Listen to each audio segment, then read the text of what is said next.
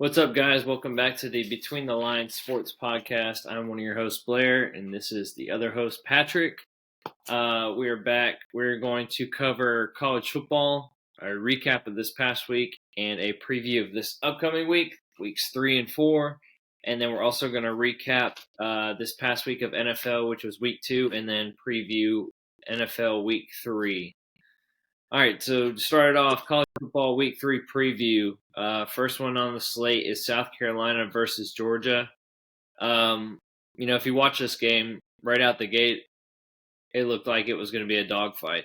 And then South Carolina got some distance in the score, and you thought they're going to pull off the upset. And then I don't know if it was necessarily reality set in, but I almost looked at it more so as South Carolina missing out on opportunities.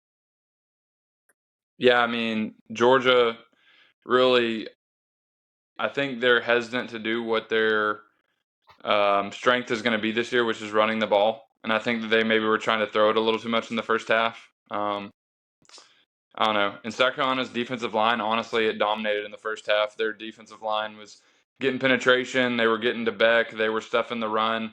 They looked really strong. And so at halftime, it was really like I was wondering if Georgia was going to be able to score enough points to win the game.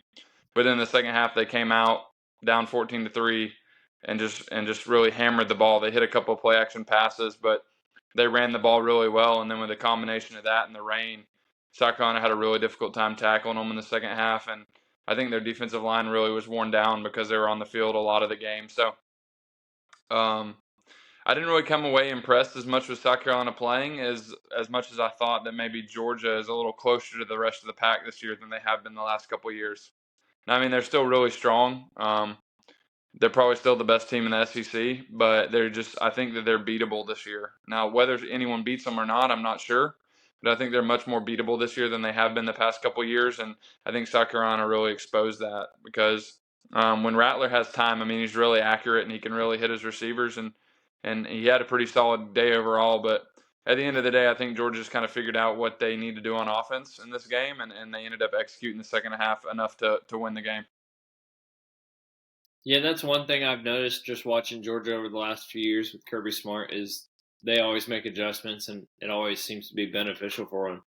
Um, you talk about last year with that Ohio State game, which they should have lost anyway because they should have made the dang field goal, but came out in the second half, made the adjustments, and got themselves back in it. But yeah, I mean, like you said, I don't think Georgia is the same level that they have been the past couple of years. They definitely look like they're a beatable team. It's just we don't know who that team is or teams are that will knock them off from the top. But we'll see. Yeah, I mean, they're just like I think we both talked last week. Like we thought South Carolina was going to pretty easily cover that spread. We didn't think they would win the game, but Yeah. thought that 28 was just way too many. I mean, Georgia is just a team that's not going to beat themselves. Like they're just going to kind of run the ball and sit back and play sound defense, and then wait for you to make a mistake when they pressure you or you do make a mistake, and they're going to capitalize on that. And right now on this run that they're in, they're not going to miss. Like when you make that mistake, they're going to capitalize. So that's the key to beating them is you can't turn the ball over, you can't do dumb stuff, and every time you're in the red zone, you got to score a touchdown. So South Carolina started strong, but they weren't able to finish it. And so, like you said, I don't know who that team is, but I do think they're much closer to the pack this year than they've been lately. Yeah, and it almost seems like going forward playing Georgia, you have to load the box, bring some pressure, and dare them to throw the ball and make some plays. Like you said, they kind of rely on that run game.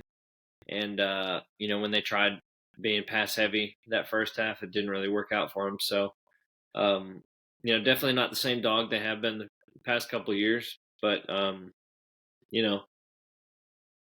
look at us. I mean, Tennessee's definitely down from where we were last year. So it might all be a step ladder all the way down. Maybe they won't get beat this year, but they definitely look like they're beatable.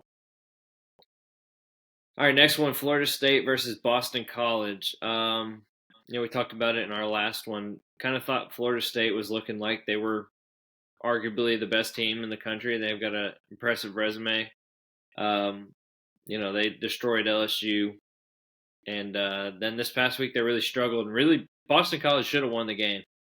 They had every opportunity to do so, and then somehow Florida State weasels their way back in it and finds a way to win it in a close one. But yeah, I don't know if you watched it or not, but that penalty at the end was just such a bailout. I can't stand that crap.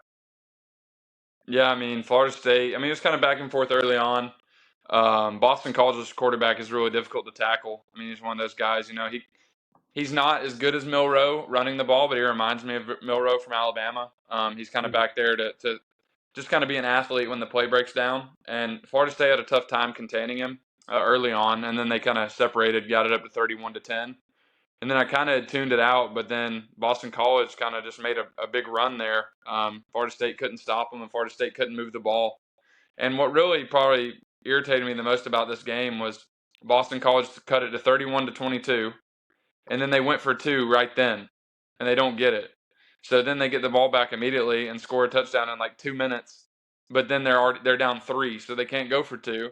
They have to kick the extra point. Whereas if they had gone for the extra point to make it 31-23, and then they score again, then they have the chance to tie. I don't know. That's one of my pet peeves is when like the team goes for two too early, because then like if you know you're down 9, like it's still a 2-possession game, and you're kind of like, I don't know, some of the air's out of the balloon. So, but like you said, there at the end, Florida State was kind of bailed out with that face mask call on that third down. Boston College was about to get the ball back with like 1:45 left, and Boston College guy reaches out and grabs the face mask, and of course that's one of the calls the refs don't miss, apparently, and Florida State's able to survive. But you can kind of say maybe Florida State fell asleep a little too early at the wheel. They were obviously in control there in the third quarter, 31-10, and we know they've got a big game this week coming up, so maybe they got caught napping and looking ahead to what was next. But I don't know. This kind of further provides evidence to our theory that there's not a dominant team in college football this year. Florida State is as good as I've seen when they're clicking, but when they kind of fall asleep at the wheel or they're not executing, they're just as beatable as anybody else. So kind of the theme that you're taking out of most of the games this weekend so far. All right, next one is Alabama versus South Florida. Yeah, I think South Florida is better than what people give them credit for. I think their defensive line is really good, and that was, a big factor. Alabama was a really run-heavy team this year, and South Florida's defense played a really good game until second half. They kind of let the game get away from them, but this game was tied 3-3 at halftime. South Florida was actually up 3-0 after the first quarter, but I don't know. Alabama was definitely struggling. Like they scored that touchdown in the third quarter, and then South Florida was driving, turnover, and then Alabama turns it into more points. So I don't know. I don't think Alabama is, again, kind of like Georgia. They're not the same type of dog they were past few years with Bryce Young. Like that quarterback position is still a question mark for them. They played Ty Simpson a lot this year. The guy from, where's he from? I'm drawing a blank. Martin, Tennessee. Yeah, and then Buckner, he transferred from Notre Dame. Notre Dame, yeah. So I don't know. I think South Florida played it perfect. They loaded the box, made them either go through them and run the ball or make them make plays in the passing game, and it was a really great game plan. Worked off first half. They just couldn't find a way to put more points on the board. If they would have gotten the end zone, I think in the first half, they probably would have won the game. Yeah, I think this was one of those games where when it was 3-3 in the third quarter, a couple million people were switching the channel over rooting for South Florida to win. Not just SEC fans either. I think everybody's got Alabama fatigue. People are starting to get Georgia fatigue too, and credit to them for being as relevant for as long as they've been. But I continue to think that even though I think Alabama is really strong, I think they're kind of on the downturn. They haven't been as good fundamentally. I don't know. Last year, obviously, Bryce Young was amazing, but they had a number of games that could have gone either way on the last play. They lost a few of them, won a few of them. Now they don't have Bryce Young. And like you said, I don't know. I've seen some stuff nationally this week that a lot of people thought maybe Milroe was suspended or there was something up, and so Saban kind of knew that they were going to win this game as long as they didn't do some catastrophic mistake. So he let Buckner play, and then when Buckner wasn't doing anything, he went to Simpson, and then Simpson, I mean, barely made enough plays for them to escape this game. So I think he's already named Milroe the starter for this week.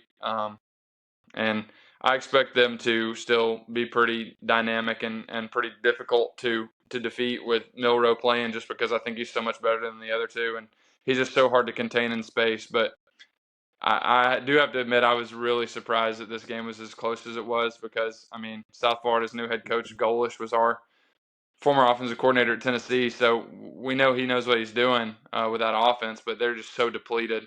And he's added like 35 guys in the transfer portal that aren't your top tier guys. These are guys coming from like FCS and other American level schools, so they're trying to get it meshed. And 2 weeks ago they lost to Western Kentucky by like 20 points. So I did not see this being as close as it was. So we'll see if Bama can get it rolling again. I do expect them to win this week with Milroe playing. Everybody's counting them out and that kind of thing. But I think pretty much every one of Alabama's games in the SEC this year is going to be a toss-up if the other team doesn't shoot itself in the foot, just because I think that they definitely – we talk about Georgia come back to the pack. I think Alabama's right in the middle of the pack this year. I mean, I still could see them winning 9 or 10 games, but I think every game in the league for them is going to be a dogfight. Yeah. All right, next one was LSU versus Mississippi State. I mean, LSU did what they needed to do. It was never really in doubt. I think they were up 24-7 at halftime, and second half they just kept rolling and ended up winning 41-14. Daniels had a good game. I mean, I thought that one would be a little bit closer. I did think LSU was going to win, but certainly not by several scores. Yeah, I thought LSU was going to win, but I thought this would be really competitive. Maybe I was giving Mississippi State too much credit. I mean, they do have like 18 or 19 starters on both sides, like of their 22 that are seniors. So maybe I was giving too much credence to that. Maybe I was just giving them a little too much credit. But LSU definitely dominated this game. I mean, this is the team everybody expected to see in that Florida State game, and they kind of got overwhelmed a little bit there in the second half.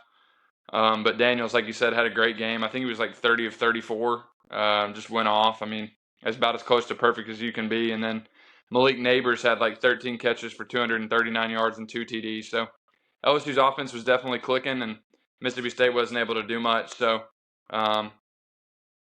just more of that. This is more along the lines of the LSU everybody talked about in the offseason and how they were going to look. So we'll see if they can keep it going week to week, or is this just going to be kind of the inconsistency that we see from them? Mm-hmm. All right, next one was Missouri versus Kansas State. Kansas State was ranked 15th, I believe, going into this game. I think last week you kind of predicted it to be a close game, but still had Kansas State winning. I actually had Missouri pulling off the upset. This was a good game to watch as well. Missouri started out with a lead in the first quarter. I think they were up 10-3 or 10-7. And then at halftime, I think it was 14-17. And then Kansas State, 14-17 Missouri. And then Kansas State scores some points in the third quarter to take the lead.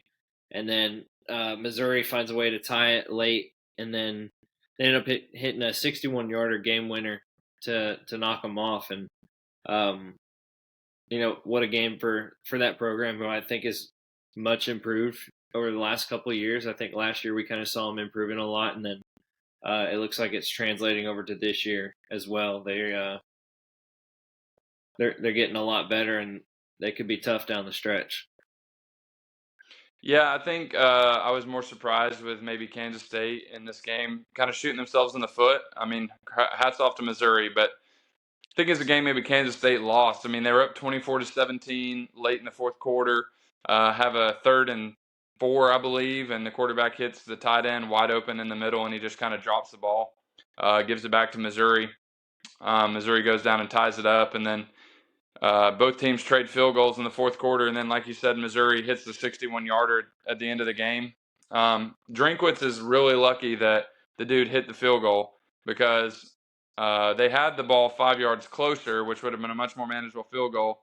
And then they didn't have a timeout, and so their team's like huddling up on the field, really on the sideline.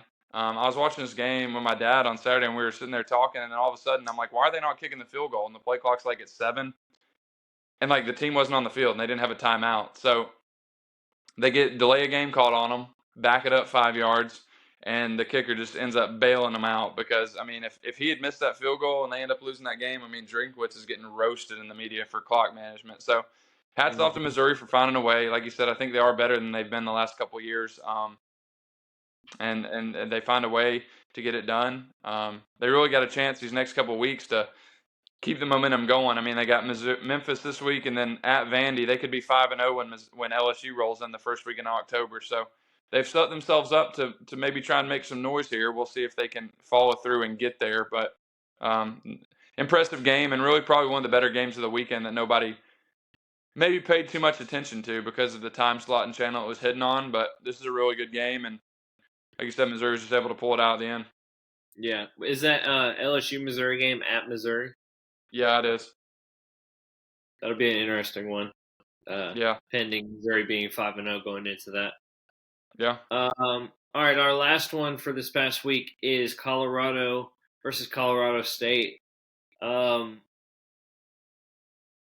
think going into it, I think Colorado kind of overlooked them. You know, they were a 26-point favorite. You know, they knocked off TCU and then had another good game last week. And they kind of had that swagger to them, and I don't know. It was a good game. Colorado State played a heck of a game. Went to double overtime, and I think after the first overtime, Colorado State definitely should have gone for 2. They should have tried to end it there or lose it there because I didn't think there was any way they were going to stop Colorado from scoring again, and then B, I didn't know if they would find a way to score a second time in overtime.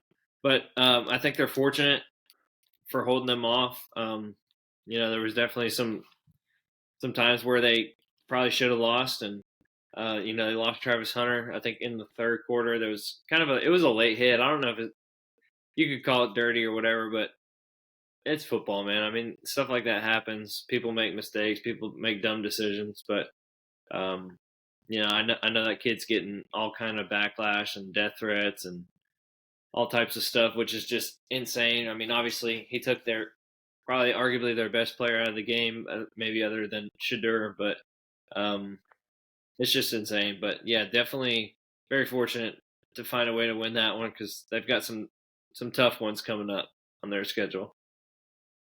Yeah, full disclosure, I mean, I fell asleep. I was watching it in bed and I fell asleep. It was 28-17 in the fourth quarter, and you're thinking, ooh, this is going to be a big missed opportunity for Colorado. I mean, the game's a spectacle, obviously. I mean, College Game Day was there. They got all 60 minutes and all these shows they're filming, and the stadiums, I mean, it looked like it was about to bust at the seams with how many people were there. I mean, the sidelines are full. I mean, honestly, being a player playing there, I mean, it'd have to be uncomfortable being in that stadium. I mean, if you run out of bounds, I mean, like you're making contact with people. It's crazy watching that. But like you said, I mean, they get the ball back. They're down 28-20 with like 2 minutes left, and they go on a 98-yard drive, tie it up, get the 2, and go to overtime. It's just a crazy game. Like you said, the Travis Hunter injury there, lots of penalty flags, lots of trash talking. I mean, all kinds of crazy stuff. But I woke up Sunday morning first thing and clicked on and watched the ESPN highlight package that was already loaded on YouTube. So saw what happened there, and that 98-yard drive at the end. I mean, it's pretty legendary coming through like that, especially with all the pressure that was obviously on that drive because of all the talking and stuff that had taken place that week. So really impressive that they were able to dig deep and pull that game out, especially the way it was going. Because Colorado State played really well, but Colorado, you know, they just found a way to win. And I still think that it was a big game that they needed to win if they're going to try and make a bowl. Because if you look at their schedule, I know we're going to talk about their game this week. Schedule really gets difficult, so they really needed that game if they wanted to try and go to a bowl. And they still continue to be a big story, I know, going into this week. I'm sure there'll be a lot of talk about them still as they stay undefeated. So it's good for college football, I think. I mean, it brings in a lot of other elements like casual people watching the game that maybe don't have any interest other than like Dion and the spectacle around him. But what he's doing, reviving that program and making them relevant. I mean, it's really good, especially in the last year of the Pac-12. So I've enjoyed watching it, and I'm really interested to see that game this week. Yeah, I am too. All right, rolling over to Week 4 preview. First one up is Florida State at Clemson. I was just looking at it. It's actually surprising. Florida State's only favored by 2. I mean, I know it's at Clemson, but Clemson didn't look real good in really the only competitive game they've had this year against Duke. And then, Florida State has looked good other than this past week against Boston College. So, I don't know. I think it's a little sketchy that the spread is only 2 in favor of Florida State. But, I mean, I don't know. I mean, it is Clemson, so you never really know, I guess. But I don't know. I feel like Florida State's going to win by at least a touchdown. I feel like that 2 is a little too low for me. Yeah, I like Florida State to win. I do think it'll be a war. I mean, this is kind of like Clemson's last stand. I mean, they already lost to Duke.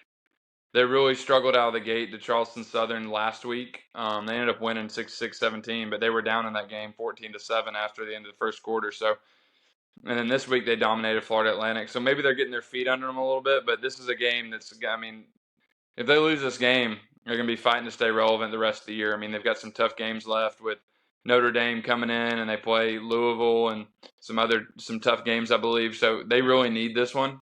But I just think Florida State is just a much better team this year. Like I said, I think it'll be real close. I think the Clemson will give them everything they've got, but I just see Florida State pulling this out. I think they got the better quarterback with Jordan Travis. I think, honestly, I would take Mike Norvell as my coach over Dabo Swinney, too. I know Swinney's won the national championships and has the pedigree and stuff, but I kind of think they're on the way down, too, personally. I mean, I could be wrong, but I just see everything swinging to Florida State right now, and I really like them to find a way to make one more play and win this game. Like you said, I could see it being within a touchdown. But I think that Florida State, I think it's their time to kind of accelerate past Clemson. All right, next one is Auburn at Texas A&M. Auburn is still currently undefeated. They haven't really had a test game. We thought Cal was going to be a little bit of a test for them, but they ended up holding that one off. And then Texas A&M's only loss is to Miami. I don't know. I feel like it's at Texas A&M. I feel like Texas A&M is going to win comfortably. They've looked good this year. I think that Miami game, I don't know. I don't know if Miami is necessarily that much better than them, but it was a pretty good game overall. And, I mean, they definitely have the athletes down there and Jimbo. Now, I'm just not a real big believer in Auburn and what they have down there right now. Not to say that it can't get to that point, but just right now where they're at, quarterback position, I don't know how you could be comfortable with what they have right now. But I see Texas A&M win this one pretty comfortable. Texas A&M big. This is where the Auburn humbling tour begins. It's been great to hear about Hugh Freeze and all that kind of stuff through the first 3 weeks, but this is where the rubber's going to meet the road. I think A&M is primed for a comfortable victory at home. I mean, their offense has been clicking. Even in that Miami game, they moved the ball well. They've got some great athletes on defense, and they're playing at home. It's a really tough place to play, and they need this one because they got a tough stretch coming up. I mean, after this, they got Arkansas neutral, Alabama at home, at Tennessee.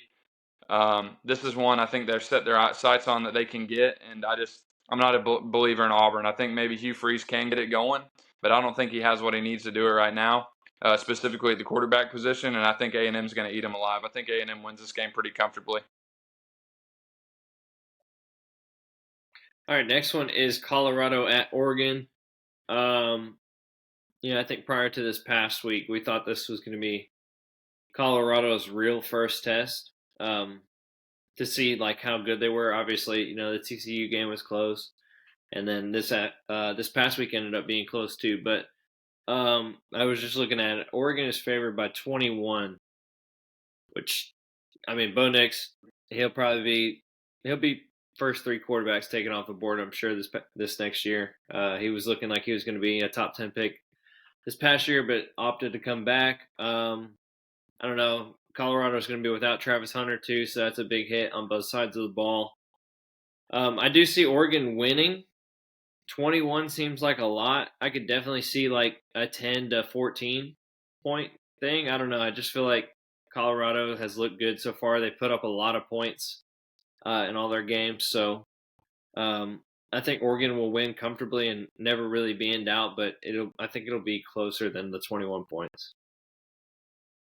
Yeah, I mean, I agree. I would really like 14 on this game, but I could see it being around 21. I honestly could see it being more, but I think Colorado will fight them. I really don't think Colorado can run the ball, though. So if they can run the ball just a little bit, I think they're going to have a tough time moving it on Oregon because Oregon's got some really big D linemen, and they're really good at getting the quarterback. I mean, that's really what got them the win at Texas Tech. They started putting some pressure on Texas Tech and were able to pull it out in the second half. And I don't know. I like you said, 14 I'd feel great about. 21 it's a little much, but I do see Oregon winning this game.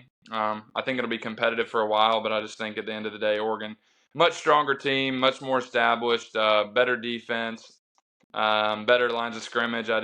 Colorado's been a great story to this point, but I think this is maybe the part of the season where they start to take a little downturn because they're just not ready to compete with Oregon and USC yet, in my opinion. So we'll see. Yeah, I'm with you on that one. Our next one is UCLA and Utah. The Oregon Colorado was a top 25 matchup, and this is also a top 25 matchup. I haven't watched UCLA play once. I only watched Utah play against Florida. I still don't. Cam Rising didn't come back this past week, right? He still hasn't played. No, that's what I was about to look up. I'm about to see if Cam Rising's playing, because if not, I mean, this right here could be just a defensive slugfest. Yeah. Let me see if I can get it pulled up real quick. But yeah, I mean, other than that, like, I haven't seen UCLA play, and I've only watched Utah play that one time. So I don't really know how this one's going to go. Utah's favored by 4.5, and it's at Utah. But, if Rising's It says playing, that Cam Rising's day to day, but is eyeing a debut this week against UCLA. So I would say he's probably maybe been holding out for this. I'd say obviously first Pac-12 game, they don't want to get behind the 8 ball if he's ready to go. I'd say he plays. I mean, if Cam Rising plays, I like Utah. I mean, UCLA solid, but they lost DTR, their fifth-year senior quarterback last year, and breaking in a new quarterback, and they've looked strong to this point. But playing at Utah, especially if Rising is playing, I don't see them losing that game. Yeah, I mean, that's basically what I was going to say. If Cam Rising plays, I've got them winning. But then again, I don't really know too much about either of these teams. I just haven't really watched them this year. Yeah. I mean, I think Utah probably wins if Rising doesn't play too at home. I just think it maybe is a much more of a toss-up. I think more of a defensive game if Rising doesn't play. And then if Rising plays, I just think last year one of the games they lost was UCLA, so I expect a little revenge factor and maybe not a comfortable win, but 7 to 10 point win for Utah that maybe seemed not as close as that. All right, next one is Ole Miss at Alabama. Alabama is favored by 7 points. I'm taking Ole Miss to win straight up, to be honest with you. I've watched both of them play this year. I'm not real impressed with really either of them. I think Ole Miss has the better offense right now, and I think that's what it's going to come down to this week. I would absolutely love that outcome, but it's not going to happen. Bama's going to win. I think this is like, I don't know, to me, even though Ole Miss did win at Bama in 2015, I think Ole Miss playing at Bama is kind of like Tennessee playing at the Swamp. They just make crucial mistakes and like get behind the 8 ball so early. Like 2 years ago when Lane Kiffin did the little get your popcorn ready and like threw the mic back to the sideline reporter, and then they were down like 21-0 before he could even blink. I might even think like right now that Ole Miss is the better team of the two. I know Bama's favored by like 7, and Ole Miss has looked strong. I don't trust Ole Miss's defense, and I think maybe with Milroe playing for Bama this week, he's probably going to have a little something extra, maybe a little more motivated, and maybe lean heavier on that run game and hit some play action passes. Like I said, I would love for your prediction to be right. That'd be great. I cannot pick Ole Miss to win at Bama, so. We'll see. But if I had to pick gun to my head, I'd say Alabama wins a close game. Okay. All right, next one, Arkansas at LSU. LSU is favored by 17.5. I think LSU will definitely win. 17.5. I don't know. It depends which team shows up, I guess. The past 2 weeks they've looked really good. I think Florida State, they looked all right until Florida State got going, but Arkansas is no Florida State to this point, I don't think. But I don't know. I think LSU will win. I think I'm right in that 10 to 14 range, but I mean 17.5 definitely could happen. I just think like 14 is probably a safer bet on that one, um, but yeah, I don't think it would ever be too much in doubt. Probably after the second quarter, so like going into halftime, I think they'll probably score and never really look back from there. Yeah, I mean, I think one of the more shocking scores we didn't talk about from last week was that BYU actually went and won at Arkansas.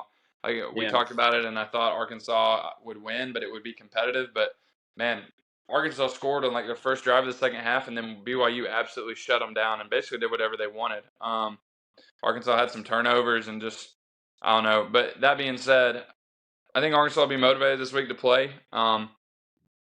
LSU, Death Valley at night. I mean, it's tough to win there, but I do think this is going to go one of two ways. But I think LSU wins either one. It's either going to be a super competitive game where Arkansas is trying to get up off the mat and LSU wins a one-score game, or LSU is going to blow them out. I don't think there's any scenario where Arkansas wins this game, other than LSU turn it over like 5 times. I just think LSU is so much better on the lines of scrimmage. They're so much better at the skill position. There's so much. They're just a better team, and with the factor of them being at home at night, that adds like a 14 points to the spread, in my opinion. So, I think LSU wins this game. Like you said, 10 to 14 sounds about right, but just given what happened last week with that BYU game, I think it's either going to be a super close game or LSU's going to kill them. But LSU's going to win the game, in my opinion. I just think Arkansas is lacking.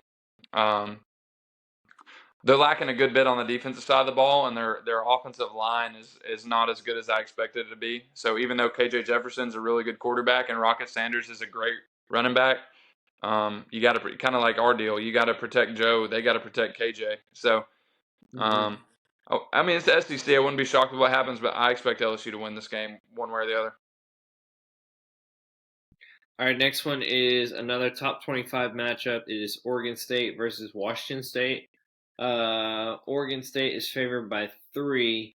I don't think really Oregon State's had a game this year that's been really a test for them. Whereas Washington State, they played Wisconsin, so that was a pretty decent test for them. They ended up winning that one, but I think I'm going to take Washington State at home in this one.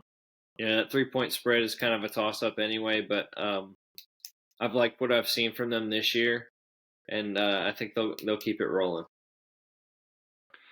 Yeah, if I had to pick, I'd take Washington State too. I really like both these teams. I mean, we've talked about it the last couple of weeks, but I really want one of these two teams to win the Pac-12. Just kind of, I think it'd be a great monkey wrench to throw in there on these two teams being the ones left out of expansion, and they're the ones that win the last actual Pac-12. That'd be cool. I don't know if they can either do it, but they're just both really solid. I mean, you see DJ Uyunglele or whatever his last name is transfer to Oregon State, and he's got a strong start to the season. They play really good defense, and they can run the ball too. Same with Washington State. I mean, they're pretty solid on defense. They got Cam Ward at quarterback who can run around and do some of that run and gun stuff. So they're real similar. Hate that they're playing this early against each other, kind of one of them knocking the other one a peg behind. But if I had to choose, I would probably take Washington State at home. Like you said, they've had the tougher test at this point playing that Wisconsin team, and maybe they're a little more battle-tested and ready to go at this point. So I'll take Washington State. Our next one is Ohio State at Notre Dame. Is this College Game Day? It is. Yeah, it is. Yeah. Yeah. I think we talked about Ohio State a couple times this year. They're another team that doesn't really look like the same Ohio State that we're used to seeing. This past week they had that big blowout win, which they should, but first week against Indiana didn't play too great, and then really against Youngstown State, nothing overly shocking there either. I think it was 14-7 after the first quarter, and then they shut them out from there ongoing. But Notre Dame has also looked good. I think they look like one of the better teams. They had that Navy game and then the NC State game we thought was kind of going to be a test for them, but they won that one comfortably. This should be a good game, to be honest. I think Notre Dame will win. Let me see. What's the spread? Ohio State's favored by 3. I'm going to take Notre Dame in this one also. At Notre Dame. I don't know. I just got to go with the quarterback in this one and take the veteran guy. Yeah, I like Notre Dame. I think Ohio State's another team that's kind of having trouble replacing their star quarterback, C.J. Stroud, from last year. They've kind of tried out a couple different guys in these first 3 games. And the Western Kentucky score is a little deceiving. I mean, they won 63-10, but that was 21-10 right before half. Yeah. I like Sam Hartman, so I'm going to take Notre Dame because of Sam Hartman and because of that defense. They've looked really strong, albeit their schedule hasn't been that tough, but they've passed every test pretty much with flying colors, especially that NC State game. It was impressive. So I think Notre Dame at home. I think this is a big game. I think they take care of business. I think they're the better team. So I'm taking Notre Dame to win this game. All right, next one is Iowa at Penn State. Another top 25 matchup. So was that Ohio State Notre Dame game? We've got a lot this week, actually. I think Penn State probably has the best defense in the country as of right now, just from what I've seen, and that was the big preseason hype for them. I think they need their quarterback to take the next step. All are, but Iowa again. I feel like anytime you watch them, other than this past week, it's a field goal. It almost looks like it's a field goal game. They're just kind of play that slow, hard-nosed football on both sides of the ball, and I feel like anytime you flip to their games, it's a close one. They never really just kind of blow somebody out. But I think this one will be close in the first half, but I think Penn State will find a way to pull away at coming out at halftime. But it should be a watchable one at least. No blowouts here. All right, well, let's clear one thing up real quick, all right? Everybody knows how much I hate this team, but Georgia got the best defense in the country, okay? Penn State is pretty solid, but Georgia, best defense in the country. Suffocating. When they want to get the quarterback, they're getting there. It's that simple. But Penn State has had a solid start to the year. I mean, they've absolutely suffocated their opponents, scoring the ball pretty well. I expect them to win this game. I know they're doing their wideout. This is kind of like the big CBS migrating to the Big Ten, their first big night game they're televising. So that wideout at Penn State. Iowa has looked pretty strong to start the season. I mean, they grinded out that Iowa State game like we talked about they would. They took care of Western Michigan this week. But this is a different test for them. Like you said, I do expect it to be competitive, but Penn State's going to win this game. All right, next one and our last one is Mississippi State at South Carolina. Both of them coming off a loss. I think this one could be a really good game. I don't know who I want to take in this one, to be honest. I feel like I want to take South Carolina, but I feel like it's because they're at home. But I don't know. What do you think? I don't know who I want to take. South Carolina's going to win. I mean, I want Mississippi State to win, but I also kind of want South Carolina to win because I don't want them coming to Knoxville as a wounded animal. I want them to at least feel like I don't know. They're on because like that's the worst case scenario for UT is if they come in 1-3. To me, I would love for them to go 0-12 this year because I just can't stand them. I mean, them and Georgia both are just my teams that if they go 0-12 every year, it wouldn't be enough for me. But You're not a I fan think of the NCAA swim coach anymore? no YMCA swim coach and no Holly Warlick lookalike. But just I don't know. South Carolina's going to win this game. They're the better team to me. I think I was maybe kind of overselling Mississippi State. Maybe they show me something this week, but they were very unimpressive at home against LSU. Big game for them, sellout crowd. All the shows were in there, SC Network, SC Nation, or whatever, and they laid a big egg. So I was not disappointed because I don't care, but I was just shocked at how easily LSU dominated them. And South Carolina has had 2 really tough tests already with the North Carolina game and at Georgia. I just think they're more battle tested. I think they're the better team. I think they'll win. All right, transitioning over to NFL, we're going to do a recap on week 2 this past week. On Thursday, we had the Vikings at the Eagles. This was a pretty decent game to watch. I think it's one thing that's kind of been surprising to a lot of people is the Vikings have kind of struggled to run the ball. Madison had a really tough night again, couple turnovers.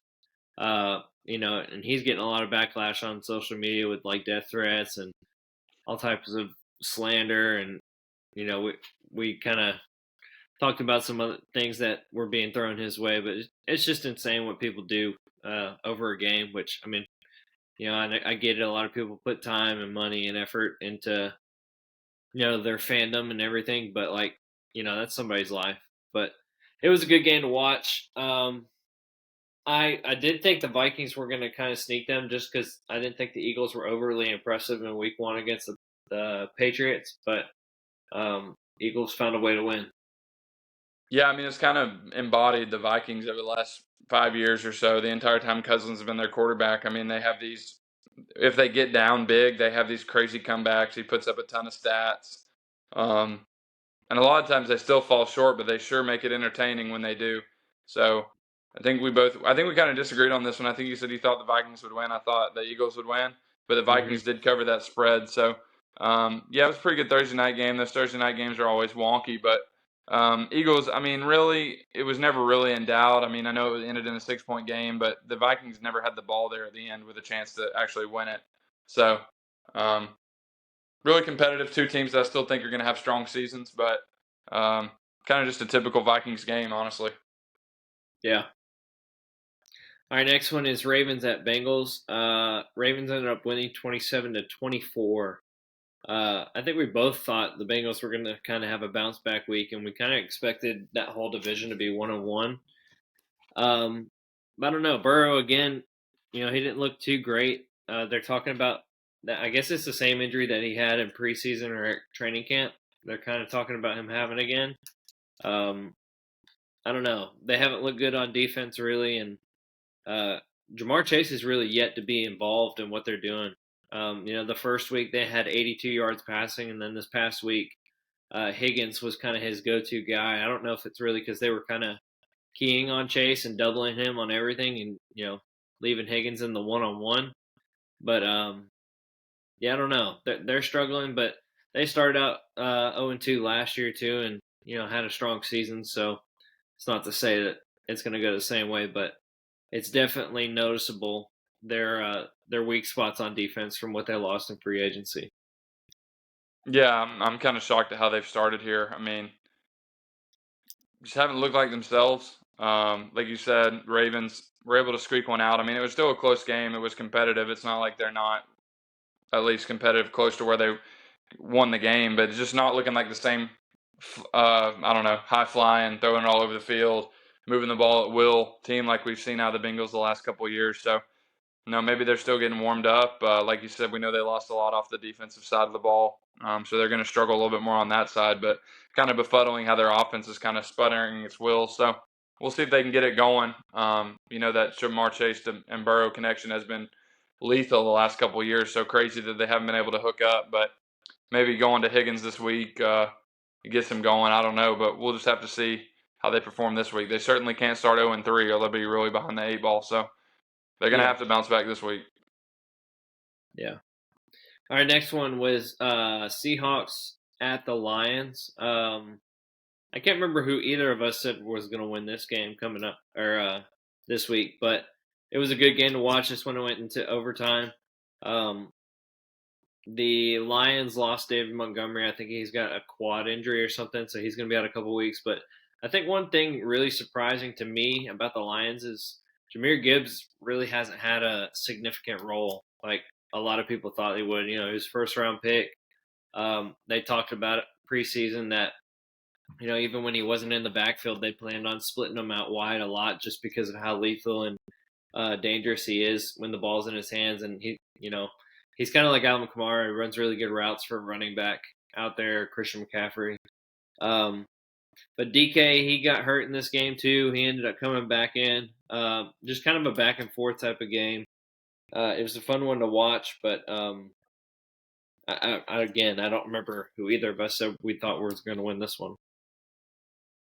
Yeah, no, it's kind of, I don't know, not frustrating, but for the Lions, I mean, they get that big win at the Chiefs, and then they got a game at home where you think, all right, they can start 2-0. Obviously, the Seahawks are no slouch, but this is a game you think the Lions are going to win, and kind of back and forth affair, just a typical NFL game, and goes to overtime, and the Lions never get a chance to touch it. So, like you said, shocked that Gibbs isn't used a little bit more. Now, I mean, his usage might go up with Montgomery out for however long he's going to be out, but I think Gibbs maybe did have like 6 or 7 catches, but only for about 40 yards. So maybe, like you said, doing that dump off roll or little arrow routes out of the backfield like Kamara was doing his rookie year. But I definitely expect his usage to go up as he gets more comfortable. And I mean, both teams, I think both teams are going to be able to move the ball pretty effectively this year. They both have strong receiver cores, good running backs, a veteran quarterback, kind of two guys that maybe were forgotten. You know, Geno Smith was a backup for almost 10 years before he got his chance last year, and then Goff kind of was shipped off in the Stafford trade. And I mean, he's playing better football than Stafford right now, obviously a lot younger, but two teams that are going to be fun to keep up with for sure because their offenses are really fun to watch. All right, next one was Chargers at Titans. This is another one that went to overtime. I told you what was going to happen. I told you. The Titans win these games that they should not win. And that's the thing. That's what I was going to say. Like, I watched a lot of it. Steelers didn't play till Monday, so I watched either games or Red Zone. I felt like every time I turned it on, the Chargers were moving the ball. Keenan Allen had a heck of a game, but I don't know. I feel like I didn't see much from the Titans offense, but they won the dang game. So, did you see that insane catch that Palmer had in the corner that didn't count? Yeah. Yes. Dude, how in the world did his left foot not touch ground? That's crazy athleticism that he was able to get the right foot down, but not the left. Yeah. Yeah, I don't know. I mean, you're right for sure. Titans, they somehow find a way to win these games that they shouldn't, and they always seem to be close when they do. That's for sure. The Chargers, like, you look at the Chargers schedule and they start with the Dolphins at home and the Titans on the road. You're like, all right, that's not easy, but I mean, it's a 2-0, easily 2-0 doable schedule if they play their best, and now they're 0-2. So, yeah, the Chargers, I mean, they can't keep dropping all these games out of division when they have to play the Chiefs twice. So, I mean, yeah, they've got the Vikings this week, so that's already tough. Yeah, like that's a tough 3-game stretch. 2-0-2 teams, 2-0-2 teams. I mean, they both got to have it. That's crazy. Yeah. All right, next one is Giants at Cardinals. Huge comeback by the Giants. To start the game, we kind of thought that they were easily the worst team in the NFL just based on last week. They lost 40-0 to Dallas, and then they were down big in this game. And our boy Dobbs played a heck of a game. Even they got to get Dobbs some help. They got to get Dobbs some help. Yeah. I mean, he played so good.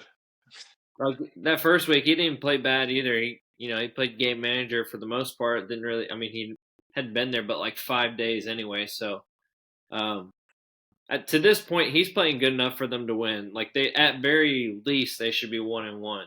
But like you said, he needs some dang help because this week though they let him throw the ball down the field this week.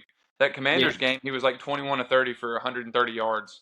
Like, that's crazy in the NFL. But this week, I think he was like 20 of 28 for 200-something yards, and he just looked really good. I mean, obviously happy with the result, the Giants winning for our Survivor League that we're in with Heath's pick. Yeah. It ended up working out for us, but I love just seeing Dobbs get the chance to play. I mean, hopefully, I know their schedule's really tough the next couple of weeks. I think they play I don't remember. They play somebody this week that looked tough. I don't think it's 49ers yet, but Cowboys. Yeah, they ain't going to win that game. And then 49ers after that.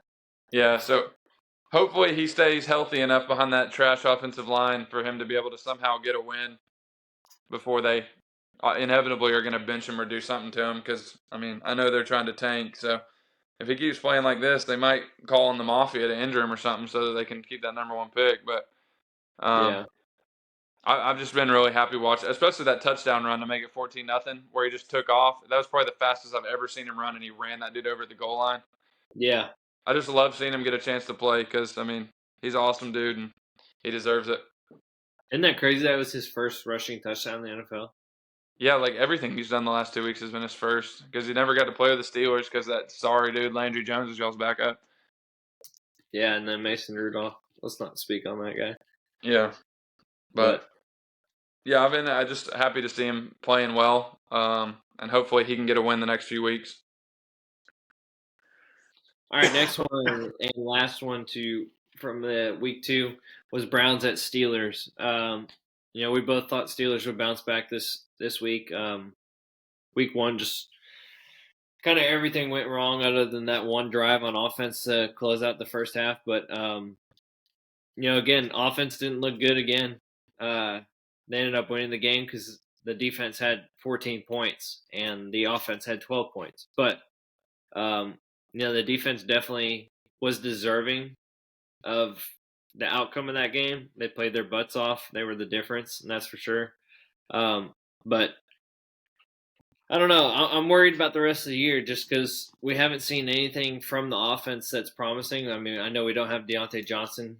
We didn't have him this week, so that's a hurt. But we can't run the ball. Like it's hard in the NFL to be successful on offense if you can't run the ball. Like even the Chiefs, like they sling it all over the place, but Pacheco will run the ball for 12 yards, 8 yards all the time.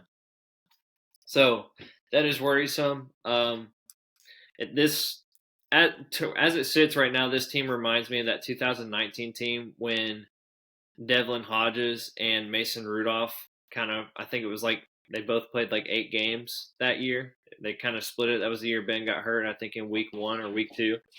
But the defense won us a bunch of games that year just with their play. And to this point, it kind of looks like it's going that way. So hopefully the offense can turn it around and get going, but it's not looking good. Yeah, like you said, I mean, thank God for the defense because they made huge plays. You kind of just felt watching that when the Steelers kept pinning the Browns deep, and they would get out of it, and then punt, and then they'd get pinned deep again. You kind of felt like they were going to make a mistake, just me personally. The Browns, they kind of had that drive where they got into Steelers territory there at the end of the third quarter, or at the beginning of the fourth quarter. Watson had the like back-to-back face mask penalties and got out of even field goal range, and just kind of just like that was their chance, and then felt like they were going to make a mistake, and the Steelers defense just kept them in the game long enough and made that play at the end for them to pull it out there. But yeah, like you said, I mean, Harris, I mean, you gotta get him going because I mean when he's going, pretty difficult to stop because then the play action pass opens up, but he was bottled up until those 2 runs there at the end of the third quarter. Well, yeah, at the end of the third quarter, he had 2 like 20-yard runs back to back, and then so still working out the kinks. I mean, we're able to get the win, and Pickett really turned it on down the stretch last year. So if he's able to kind of get going like he did last year and get in a groove with some of those receivers, I mean, the defense is going to keep him in every game. Yeah, I did see one crazy stat. It was let me pull it up. I have it right here on my phone. Hey, I will say though, we were at softball last night, obviously, but we got back. I watched the whole second half pretty much, and dude, that offensive line was just turning people loose. Like Pickett had no chance on some of those plays. Like he couldn't even hardly catch the snap. So like he isn't playing well, but dude, he's getting freaking blitzed like crazy. And that was their main focus too, which is crazy. Like they got I don't even know, I can't remember his name because I think it's Samoan, but he's our left guard, but he came from the Eagles. He was a Pro Bowl guy. So I don't know.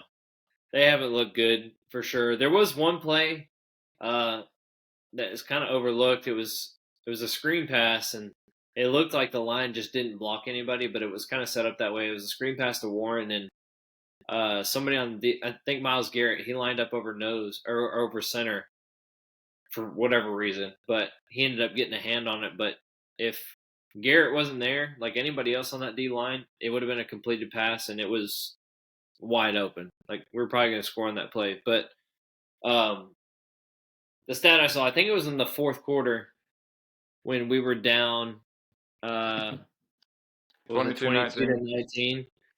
We had -7 offensive yards, and we ended up winning by 4. So on the way, that's all that matters. Wild week, yeah. W is a W.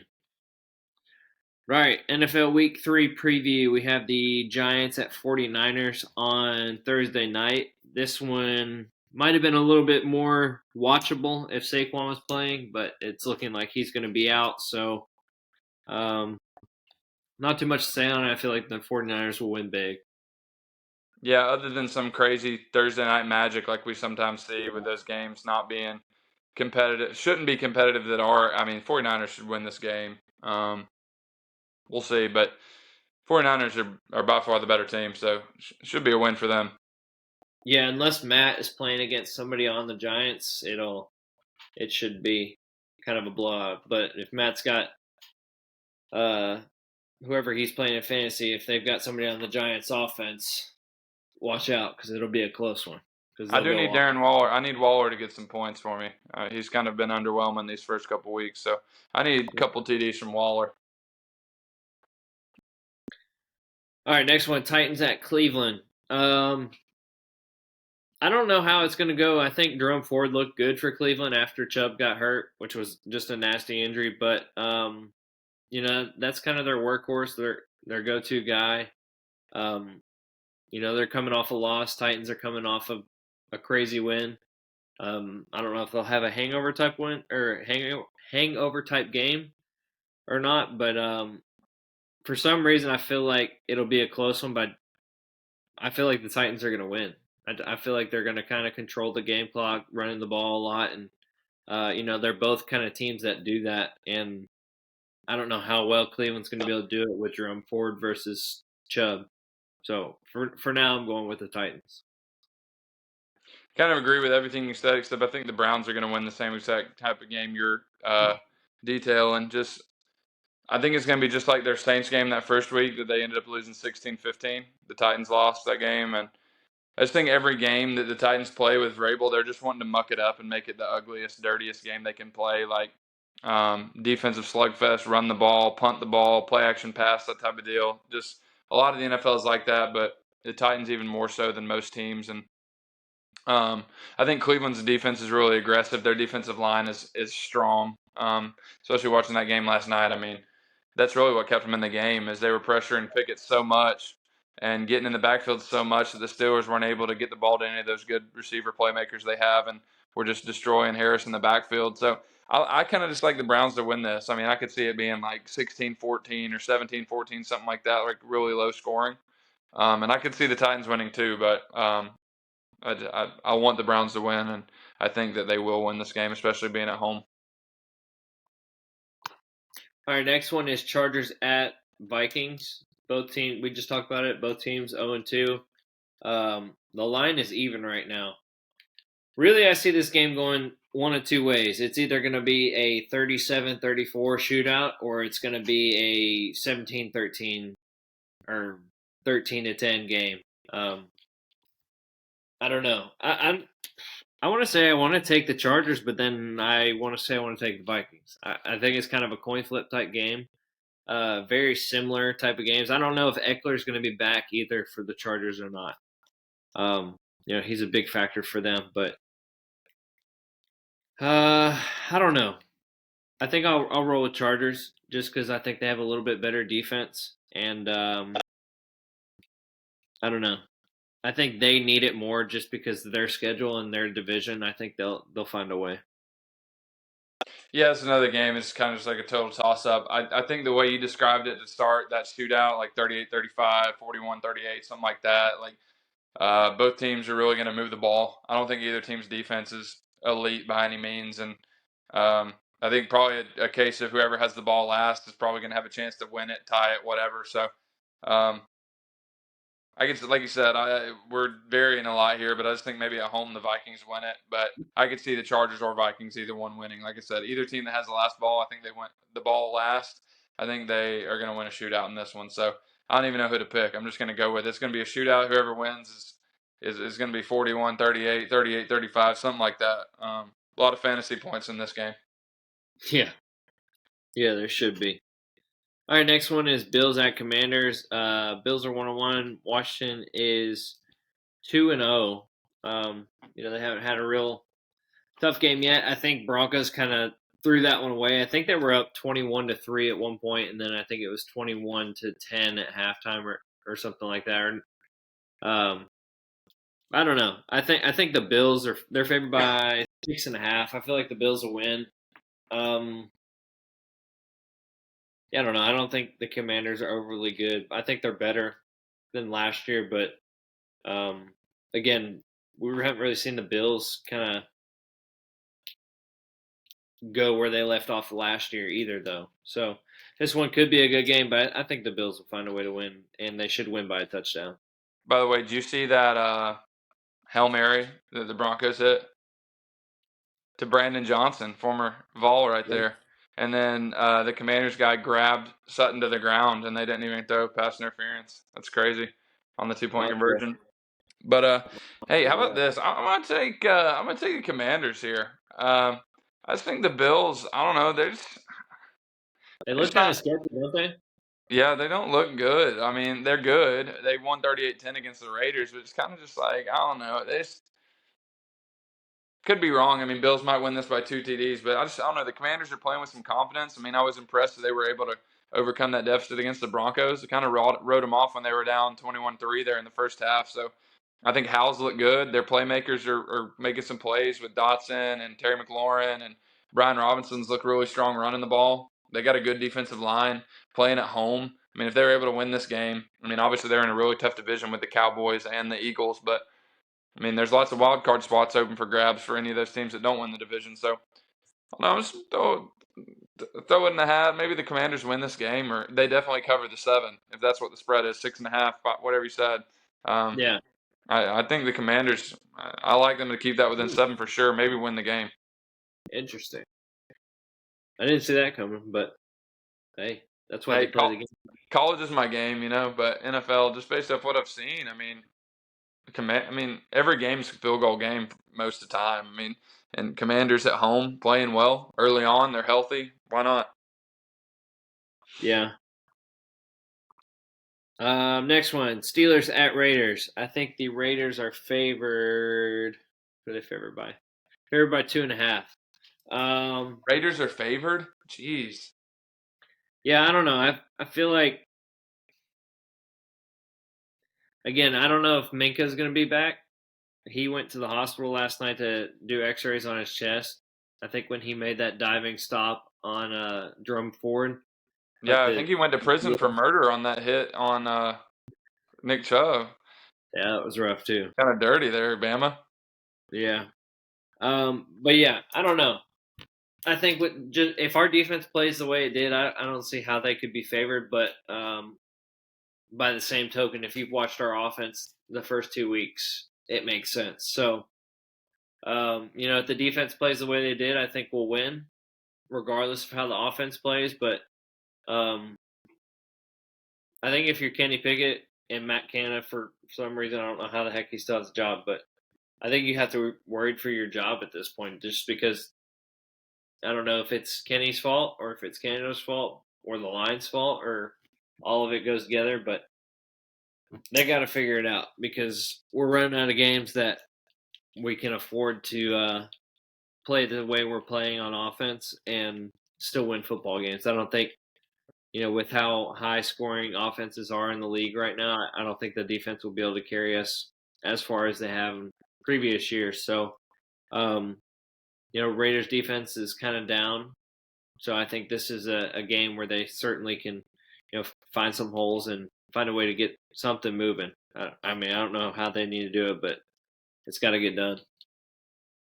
Yeah, Kenny Pickett definitely doesn't need to get benched. But I mean, unless you want Trubisky to play. But no, he's trash, dude. Holy cow. Pickett was playing great down the stretch last year. He'll get it going. I don't know about this game, though. I mean, the Raiders, like I said, early in the year, so the Raiders are still healthy. We don't really know what everybody has. I mean, kind of surprised that the Raiders are favored. Figured it'd be a pick 'em. Gets the home field advantage. I want to say the Steelers probably win by like a field goal, especially if as long as the offense doesn't put the defense in bad positions. I mean, the Steelers definitely have a better defense. There's no doubt about that. Maybe the Raiders have better skill guys right now. I think to this point, Josh Jacobs had a little bit stronger career than Najee, and then I mean, obviously they're both young, but just stats wise, and then I mean, obviously they have Devontae Adams, so they got some pretty good weapons. But I think the Steelers are going to be able to do enough on defense to win this game as long as the offense doesn't set up the Raiders with a bunch of short fields. So I'll take the Steelers to win a really close game. But I could see it going either way. But with the better defense, I'll take the Steelers. All right, last one, Monday night, Rams at Bengals. I think both these teams are very similar to this point in the year. I really want to say that the Rams win this one and the Bengals start out 0-3. I think the Rams have looked pretty good in their first two games, and the Bengals, other than they turned on a little bit in the second half this last week, but they just haven't looked good on both sides of the ball. But then again, if they get Chase going and Burrow gets going early in this one, I could see them winning. But for now, I think I'm going to roll with the Rams. Yeah, wow, it's a lot of disagreement here in the NFL. I think the Bengals got to have it. I mean, the Bengals got to have it. I haven't been impressed with the Rams defense. It's been fine. It's been fine. But, I mean, I like the Bengals offense a little better, even though Stafford is he's been clicking with those new receivers. I mean, Pakua and using Atwell, especially with Cup out. I mean, he's really spread it around to those two guys and then mixed in the other guys like Higbee and Van Jefferson, their secondary receivers. Isn't that wild too? How they were talking about how he was struggling to connect with his younger guys, and they're out here like Puka has put up like historic numbers for a rookie in his first two games. I mean, he's had like 25 targets in 2 games, which is insane. Yeah, he's got like 25 catches. Dude put up a ridiculous stats. Yeah, so I don't know. Another close game, as most NFL games are, but I mean, the Bengals got to have it at home. I mean, this is their second game at home in a row. If they lose this one, they'll be 0-3 going on the road the next week. I don't know. For some reason, I just think they'll win a close one here. Those primetime games are just hard to predict because crazy stuff happens. Obviously, they want it to stay close because it's the only game on. But I like Bengals. They got to win this one. They don't win this one, they're in trouble. Mm-hmm. Do you also see that the Rams are starting to field offers for Akers? I don't know why anyone like a non-factor for him because Kyrie. I don't know Williams why anybody wants the guy. I mean, he's obviously not exactly. committed to football, and he's getting passed by rookies. And Kyron Williams, I don't know where the guy played in college, and he's a better running back than Akers in college. So, I mean, in the pros. So I don't know. I'm not shocked at all. I wouldn't trade for him if I was in the NFL team. I don't think his heart's in it. No, because I mean, he demanded a trade, or not demanded. He requested to be traded last year because he was upset about his involvement in the offense, and then ended up coming back. But I don't know. I mean, like you said, at this point, he hasn't done anything to really be wanted by anybody else, in my eyes. So I wouldn't I don't trade know. for him. Pretty wild. I Pretty wouldn't even wild. put him on my fantasy team, so I wouldn't trade for him. Yeah, I had him on my fantasy team. Now I'm hopefully getting rid of him on waivers. If not, I'm going to drop him because he's not going to play. Yeah. Hopefully, I'll get the running back you're trying to get first. Maybe maybe somebody will trade for him and offer a Diet Coke and some Cracker Jacks or something because I can't imagine that anybody's going to give a draft pick for him for a player. Yeah. Unless they're a long snapper. Unless you swindled them with a good deal, probably not. Alrighty, well, I believe that is all we have for this episode. Like, follow, and subscribe to our social media pages: TikTok, Spotify, Instagram, and YouTube. So you can check us out on Spotify and YouTube to see our full podcast and follow us on Instagram and TikTok. That's it for now. Tune in next time.